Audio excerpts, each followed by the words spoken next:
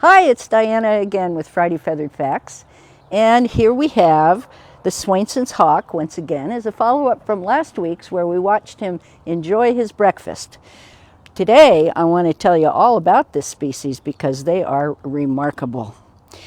This bird was brought in, he was about 4 years ago. He was found on the ground at Malmstrom Air Force Base with a severely fractured wing, which had to be partially amputated, and a severe concussion. And we weren't sure he was going to make it, but he pulled through. He's doing very well. He's a beautiful bird.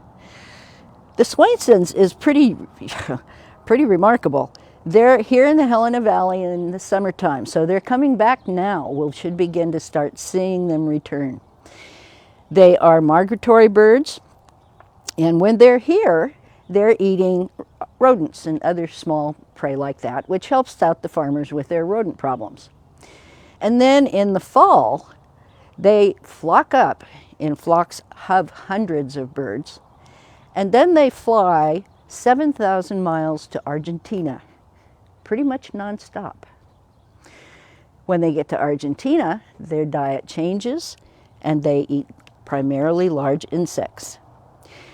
Now, UCLA does sleep studies on animals, and they decided to study the Swainsons to find out how they can fly that long, that far, without rest.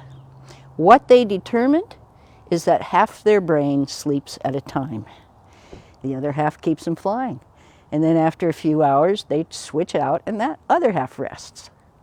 So we know dolphins and whales can do that. Undoubtedly lots of other species as well. We can't generalize to other long-distance migrators because they haven't all been studied, but that's a pretty remarkable adaptation that helps them do that. Now, a bunch of years ago, the Argentine farmers decided to use insecticide to help themselves with their insect problem. They nearly wiped out the Swainsons. So fortunately, they have stopped the use of poison, and the Swainsons have made a remarkable recovery. But they're a good example, as are the eagles, who were nearly wiped out by DDT, that when we use insecticides, herbicides, pesticides in our environment, it doesn't just go after the target. It affects everything in the food chain.